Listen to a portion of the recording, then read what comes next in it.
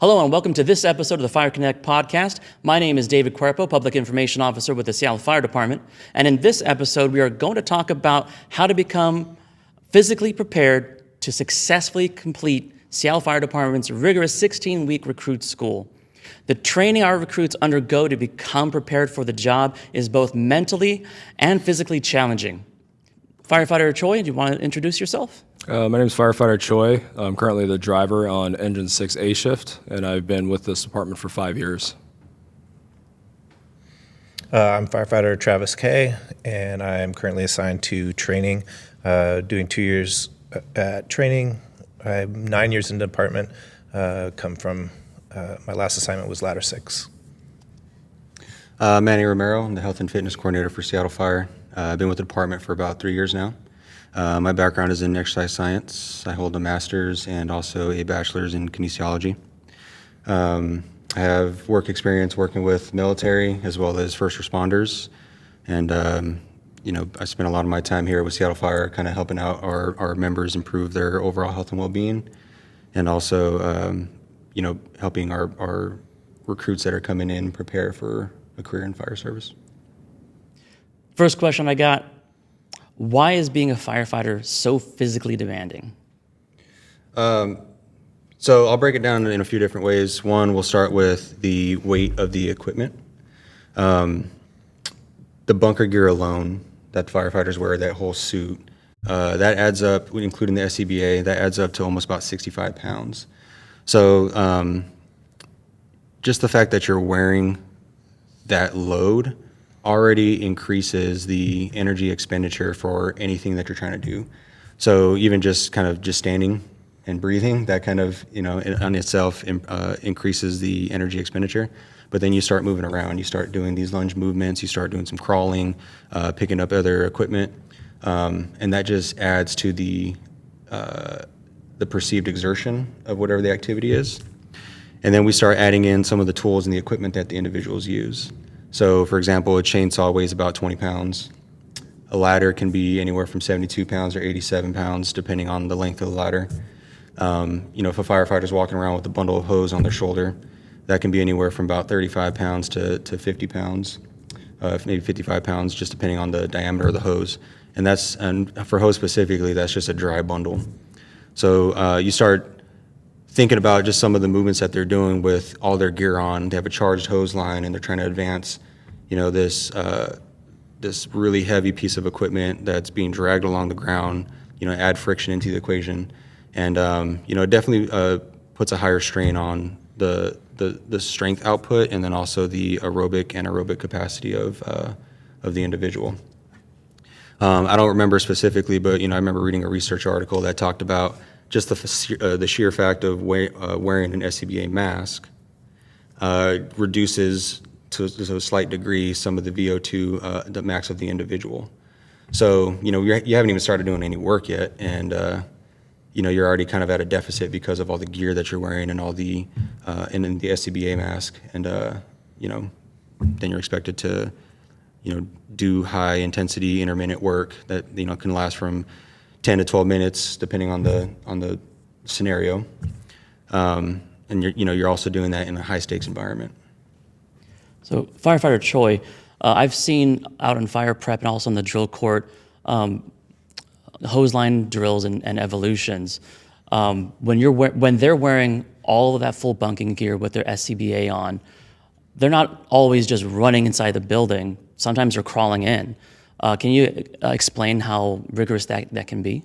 Yeah, so the way that we teach hose movement here, at least during fire prep and during drill school, is we teach kind of worst case scenarios. So they're going to be moving hose on their knees. It's usually a movement that people have never done in their life, especially when you start wearing the bunking gear that restricts a lot of movement.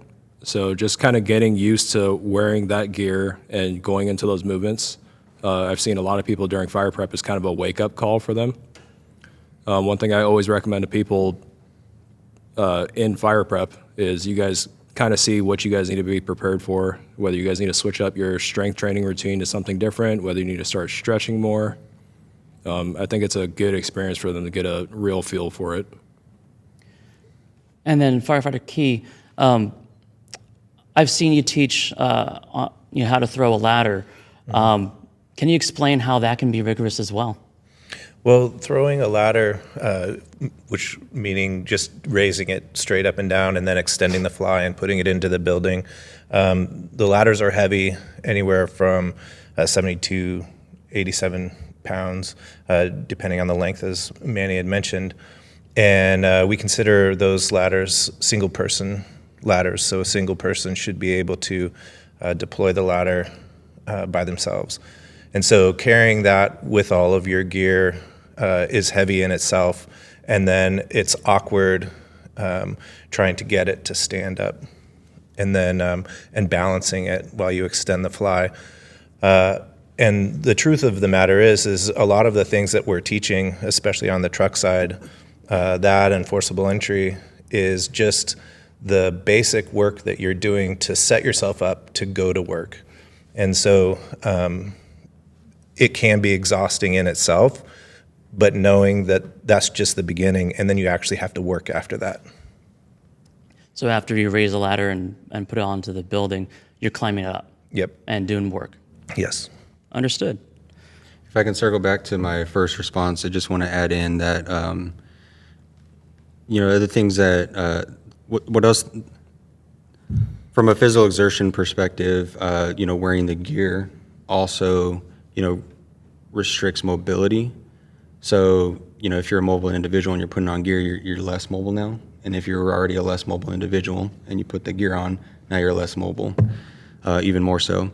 So that definitely affects some of the efficiency of movement. And, kind of to Travis's point, some of the equipment that we use is very awkward. So, that can start kind of entering the realm of injury risk and potential. And then also add that, you're wearing this suit that does a great job of trapping heat and trapping moisture and trapping your body heat, basically, inside of it. So it's going to be very difficult for the individual to cool down. And so when we start getting into like hydration, for example, the individual is obviously putting out a lot of sweat, putting a lot of water from their from all the work that they're doing, and that can definitely lead into just your standard effects from dehydration. Some of that comes from the fact that some of that water loss, kind of comes from even your blood a little bit too, right? So now you're talking about having some thicker blood that your heart is having to pump, and there's probably less it's most likely less efficient to give you all the energy you need and nutrients you need to kind of sustain the output that you're trying to do. Got it. So we just talked about how physically demanding it is, especially wearing bunking gear and an SCBA. What can people do now to prepare for physical demands of recruit school and a career in firefighting, given the fact that most of the folks here probably don't have access to bunking gear, probably don't have access to an SCBA? Yeah, I'll start by saying, we obviously want to address the fitness side. So they can engage in a strength and conditioning program that's kind of structured and has targeted goals and intention. That's what you want to do. So, what you want to develop is a high level of strength. So working on your absolute strength. And then also, getting into anaerobic and aerobic training drills. The second thing is to learn more about the fire service. Talk to firefighters if you happen to know any. Ask them about all the good that they've experienced with the job, but also ask them about the things they didn't anticipate. Ask them about all the cons, so that way you kind of have a full picture of what it is you're signing up for, and that also ties into just your overall preparation. Right now, you and I are mainly talking about the physical prep side, but there's obviously something to be said for mental preparation and maybe even emotional preparation as well. I'd also add in consider doing a hobby that requires tools, or maybe during the summer or sometime during the year pick up a side job like a skilled labor side job, doing yard work, go pour concrete, whatever's out there.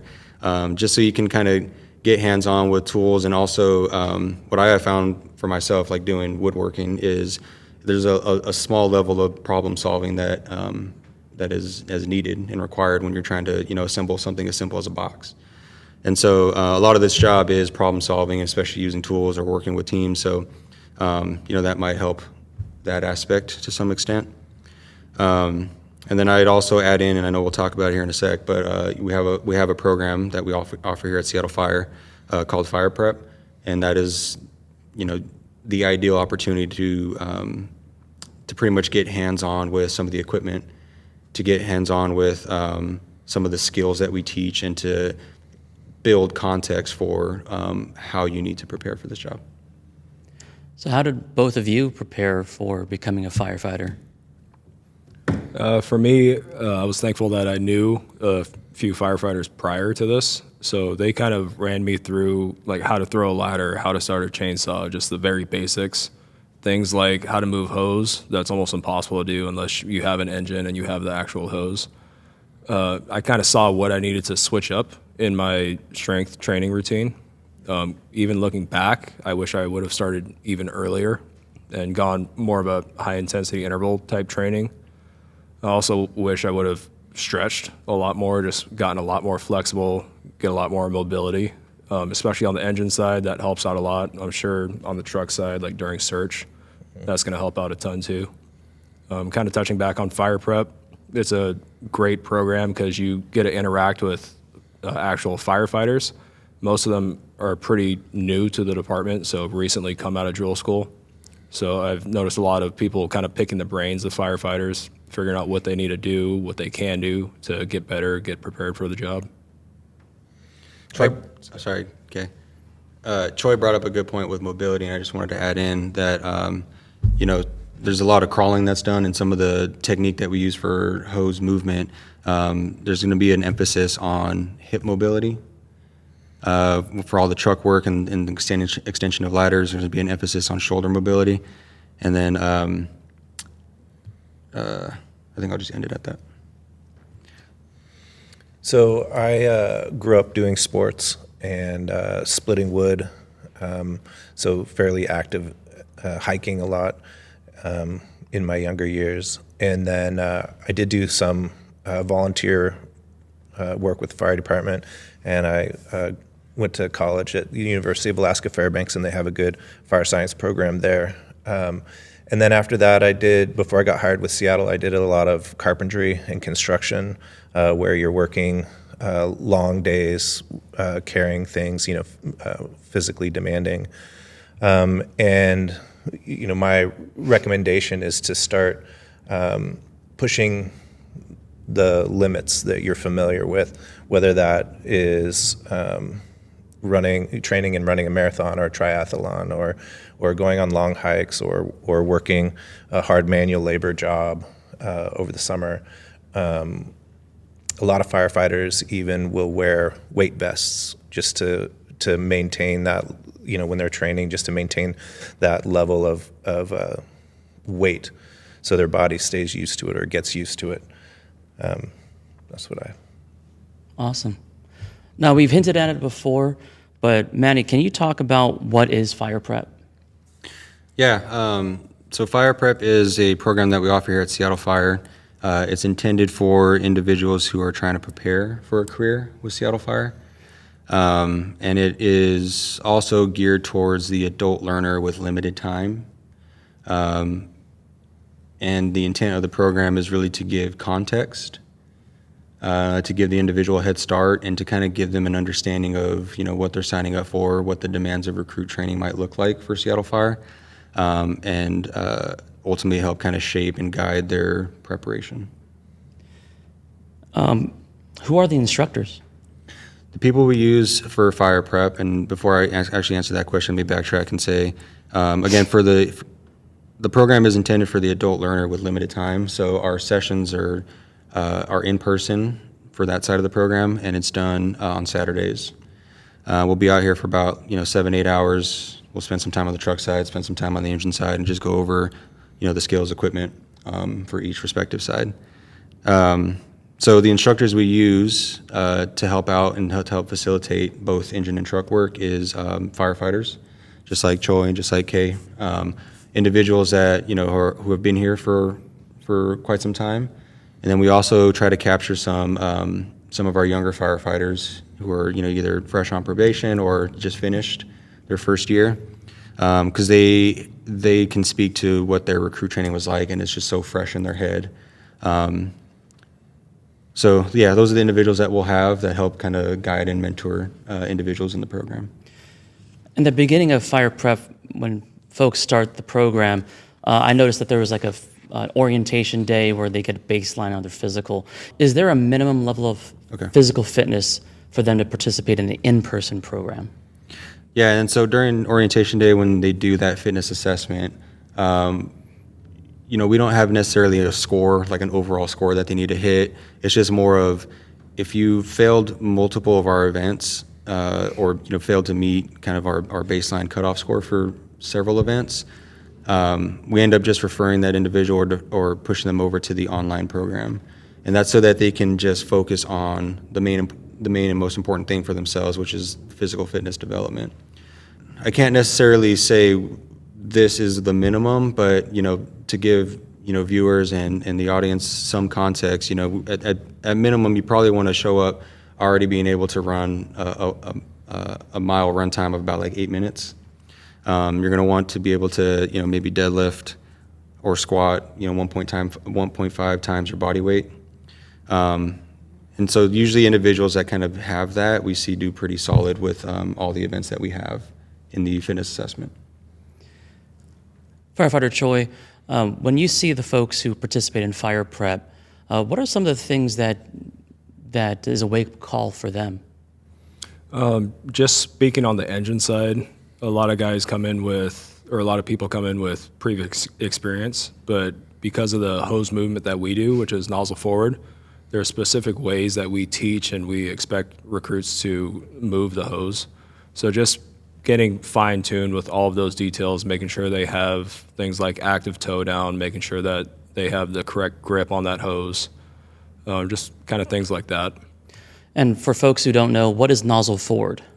Nozzle forward was created by Lieutenant Aaron Fields, just retired from Seattle Fire. It's an efficient way of moving hose into a fire, whether that's what we call a hit and move, where we open up the nozzle, spray a little bit of water, and then advance it, or whether that's where conditions are so bad that we're flowing water as we're moving and everything's gonna be on our knees.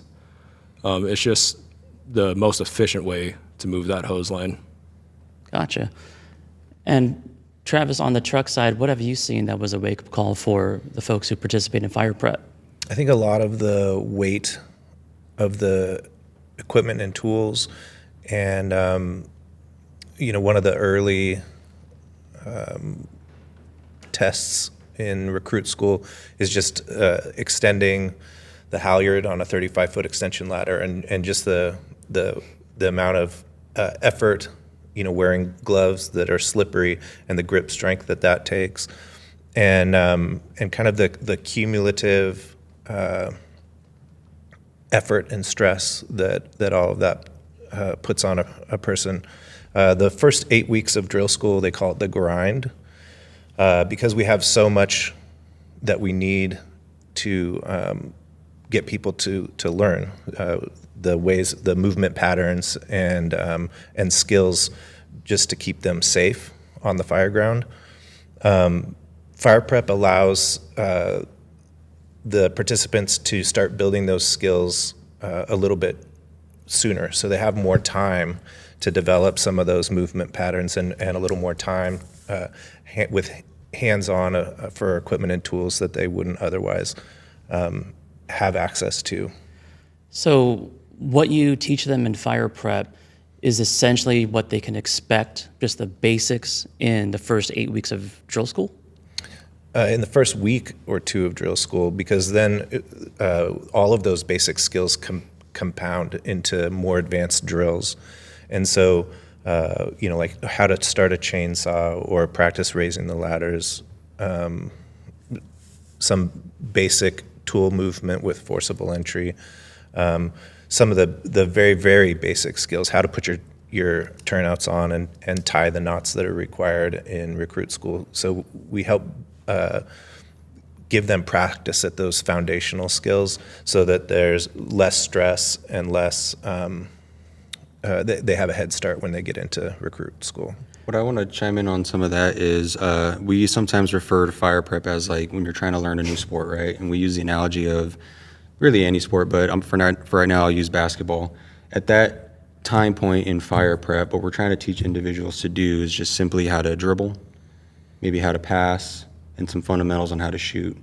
When they get into recruit training, recruit school, they'll start with that the first couple weeks, kind of what Travis was alluding to, and then they start getting into, all right, now I need you to move and dribble. Now I need you to, shoot from a three-point, shoot from the free throw, and then we're going to talk about offense and defense and start getting into other concepts.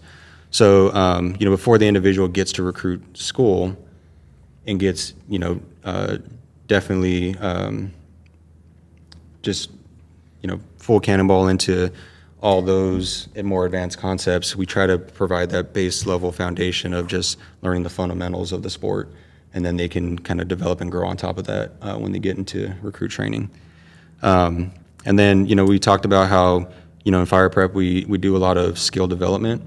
And so a big reason why we have that fitness assessment on the front end is to pretty much make sure that's not the limiting factor in skill development.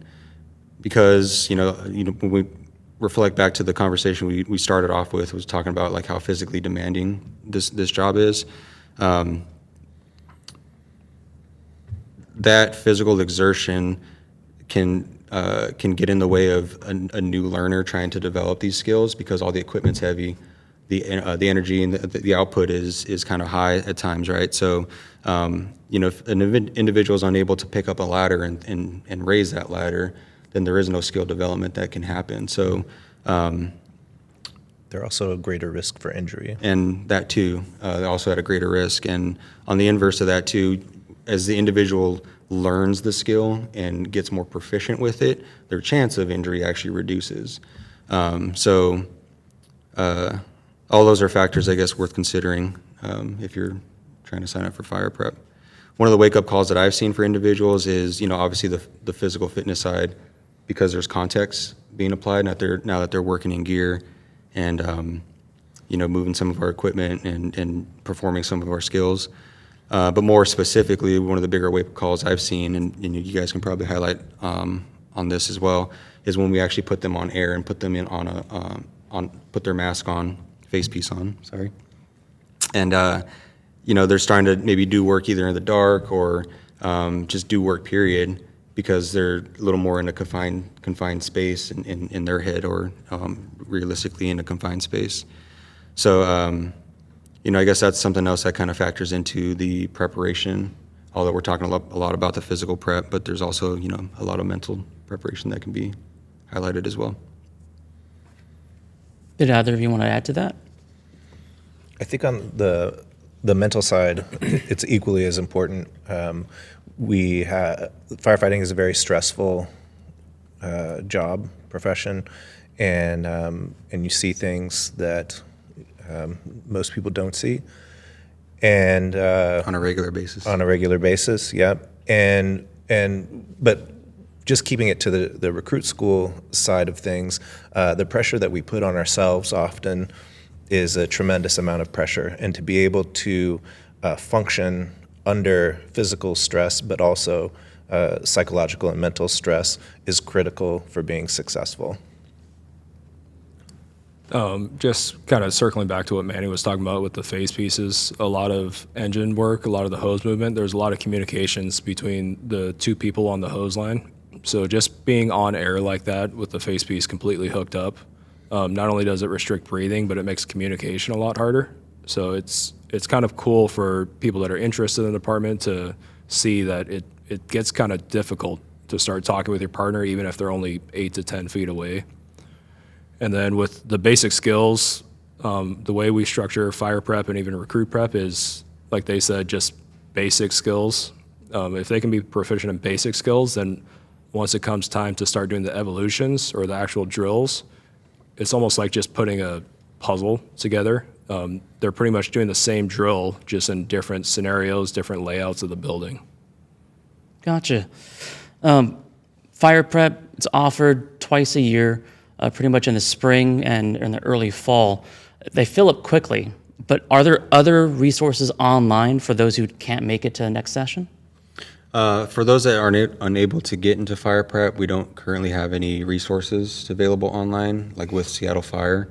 I think we're going to be working on that, so we might have something. But most of the material that we offer during fire prep is just specific and kind of only made available to those enrolled in the program. As far as what you want to look for, I mean, if you're unable to get into fire prep, I would just say highlight the number one thing, which is your physical fitness prep. Just one thing that I did before I started drill school is I searched up on YouTube, Seattle Fire Department recruit classes. Some of the previous recruit classes before 113 had some good testimonials from the recruits that they were then probationary firefighters of just stuff that they experienced in drill school, stuff if they could go back in time, like what would they change. So I think those are pretty good resources to kind of get a clearer picture of it. Cool. Yeah, that was good. I think one of the significant things, this goes back to one of the previous questions, a big eye-opener is grip strength. And a lot of people come unprepared in terms of grip strength. And then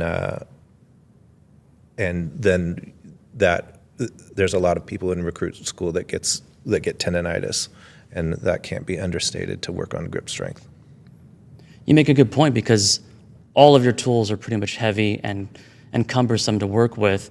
And when you're out in drill school, you're doing a lot of these evolutions multiple times in a given period of time, right?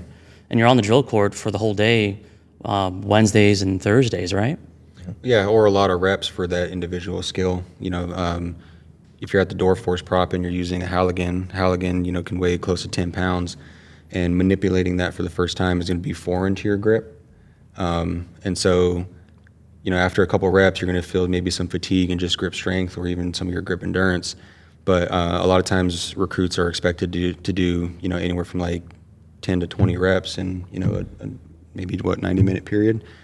And that's just one day, and then you come back the next day, kind of do more of the same, and that's just one individual skill. But that reoccurring theme can probably be said for almost every skill that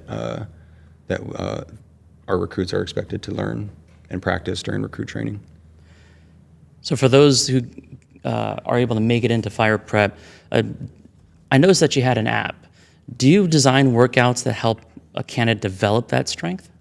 Yeah, so in fire prep, one of the resources that we provide two of the resources we provide are a fire prep coach and then also access to the Team Builder mobile app. The Team Builder app is just a platform for us to push out fitness programs. It makes it easy for the individual to figure out what they're doing for the day, what the exercise is, has a video that pretty much shows them a demonstration of the exercise, gives them their sets, their reps, all the things they want to know. The fire prep coach is intended to kind of be their sounding board when they have questions about their fitness program, or maybe if they need modifications because of equipment they have access to or don't have access to. So in combination, those two resources, they assist the individual going through fire prep pretty much with their physical preparation training. And who are the coaches? The coaches are firefighters at Seattle. More recently, these individuals just picked up a certification for tactical strength conditioning. And so, they're also individuals with a background in exercise science. If they have a degree or if they just, worked at gyms or worked as a personal trainer for quite some time or as a strength coach, they bring some of that experience as well to the program. So is there an expectation for how often a coach reaches out to a candidate? Yeah, I mean, we program it to where the fire prep coach reaches out kind of at the start of the program, and they might schedule a couple regular intervals after, say 2 or 3 weeks after, just to kind of do check-ins. But we also highlight that the individual should make efforts to, reach out to their coach and to, ask questions. And although we're highlighting just the physical fitness prep side, but we also encourage them to ask questions about like, all right, well, how do I prepare for my interview? How do I, set up maybe a family support structure while I'm in recruit training? Any question that has to do with just preparing for a career with Seattle Firefighter, that's something that they should be reaching out to their coach for. What are things that people can work on now?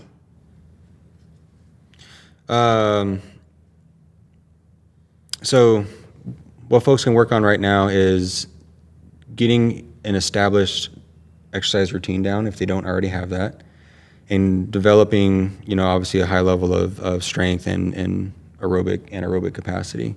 That's not something that we can do in a couple months, really. So we want a good habit and a good routine set in for probably 6 months to a year, and just kind of make that part of their day. Although I won't quickly dive too far into like nutrition, but and the whole preparation for that, and strategies and resources that they can use.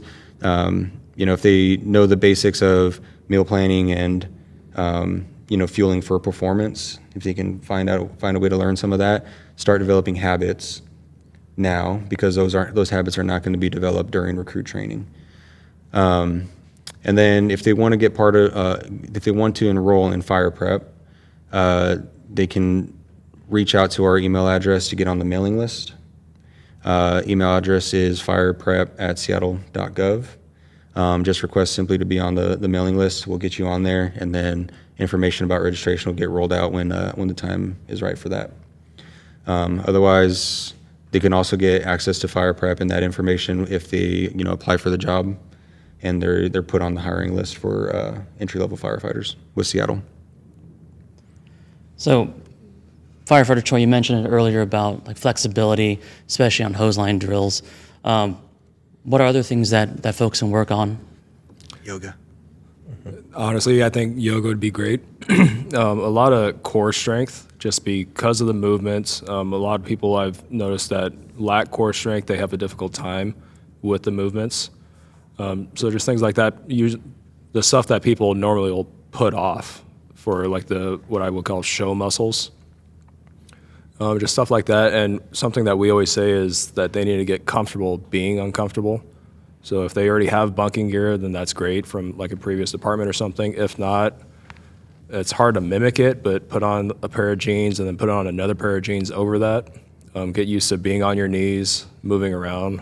And then even with hose movement, grip strength isn't a huge issue, but I would say that's the number one thing that people need to work on. The other thing you mentioned about being uncomfortable is, they're crawling around the ground, pulling the hose line, but they're also wet, like pretty much the whole time when they're doing these drills. And when it comes to drill school, they're out there for the whole day, right? And Firefighter Keay, you're mentioning grip strength. Is there anything else that folks should also work on now? I think a lot of people struggle with Firefighter Keay. That's okay. I think a lot of people that I see struggling with ladders would be kind of an overhead shoulder press. Would be helpful, extremely helpful to help build some of that. And then just walking around carrying heavy things, I think would be helpful. What I'll piggyback on some of what they're saying is, if you break down some of the movements, which is probably hard to do for someone who's never like done this work because there's no context really. It's a lot of like unilateral movements, a lot of being on your knees and crawling around. And so unilateral movements are pretty much, like kind of one-sided. So think about like a lunge, a one-arm press. Those require obviously a little bit of core stability, and so those are good movements to have in a training routine because it addresses multiple things. And one is, whatever the individual muscle group that they're working on, and then two, just getting some efficiency developed with the movement pattern itself. And so, Choi also kind of mentioned, pretty much like getting uncomfortable. And so, that can be done with the, 2 pairs of jeans, the winter coat, maybe even using winter work gloves. Those are kind of the closest thing that resemble the structured firefighter gloves that affect an individual's like grip. And so that can be done for, maybe short periods of time just to help, obviously get kind of accustomed to working in that level of discomfort, but also to maybe help a little bit with heat acclimation, right? Because even though you might be doing work in bunker gear out in the cold, again, you're wearing bunker gear that's retaining your heat, and you'd be surprised at how much you're sweating, outside of the summer. And then obviously doing work in the summer, that's a whole nother ball game. So, Are there any other key takeaways for the folks who are interested in fire prep? I think the biggest key takeaway is, if you're interested in fire prep, get on our mailing list so that way, you can get all the information you need about registration. And then be ready for our fitness assessment on orientation day. So, don't wait until you apply for the job to start getting in shape. If you're thinking about a career in the fire service, it's time to start working on that right now, because you're not just going to need that for fire prep. You're not just going to need that for recruit training, probation. You're going to need that your entire career. It's a long-term investment in your health and well-being, because that's kind of what you're signing up for. And we were mentioning about signing up for fire prep. They fill very, very quickly within just a matter of minutes, right? So be ready, be prepared to log in and register for the class, right? Well, I'm going to update that actually, because we're going to be changing, I think, or at least for this next round for fall 2025. We're going to change the process so that way, I guess, more people are able to kind of apply and maybe get a little more of a fair shot. So what we'll do is open up like a roughly 1.5 to 2 week window where everybody can send in this pre-registration form. From that, we'll get into this tiered system, tier 1 being individuals who are on the hiring register for Seattle entry-level firefighters, top 25%, and then also they have submitted an employment packet for the next upcoming class, in this case, RC 124. And then you'll have tier 2 with everyone else who's on the hiring list, and tier 3, mostly people who are like job seekers or you haven't applied just yet.